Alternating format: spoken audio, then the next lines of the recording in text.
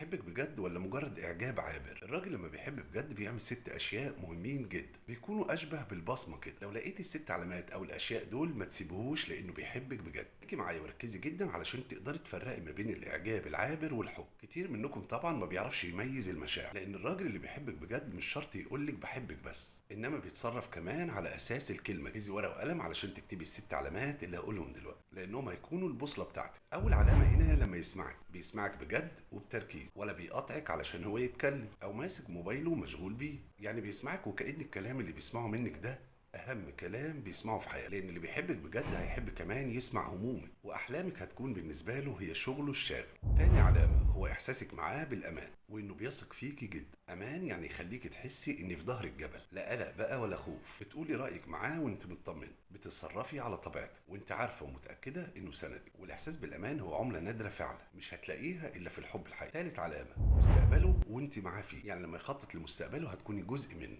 مش كلام عن بكره وبس، لا بيتكلم عن السنه الجايه وانتوا هتعملوا ايه مع بعض. بيسالك كمان عن قراراته المصيريه، لان اللي بيحبك بجد هيشوفك بكلمه احنا مش بكلمه انا. رابع علامه احترامك في غيابك قبل وجودك. يعني بيحترمك، بيحترم اسرتك، بيحترم كل المحيطين بيكي، وبيحترم شغلك كمان ومساحتك الشخصيه. مستحيل ان يقلل منك قدام اي حد ولا حتى قدام نفسه، لان الراجل اللي بيحبك هيحترم كيانك كله زي ما هو. خامس علامه قبلك على وضعك كده ومش بيحاول يغير فيكي اي حاجه. شايف عيوبك ومش بيحاول يصلح، انما بيعتبرها جزء من شخصيتك، وساعات بيشوف الحاجات دي هي اللي بتميزك فعلا. والتقبل هنا مش استسلام خالص، ده نضج في الحب. سادس علامه ودي اهم علامه، انه بيكون جنبك طول الوقت، بيقدم لك الدعم لما تحتاجيه، مش بيستنى تطلبي، ومش بيحاول يسيطر او يوجه، انما هو بيعمل حاجه مهمه. هو مش قائد عليك، انما هو شريك رحله. يبقى ال6 حاجات اللي قلتهم المهمين دول لو لقيتيهم فعلا انت في الطريق الصح، ولو ناقصين يبقى محتاجين وقت وتفكير. فلو شايفين الكلام اللي قلته ده صح اكتبوا لي في التعليقات، عشان لو في نقطه مهمه ونسيتها غيركم يعرفها،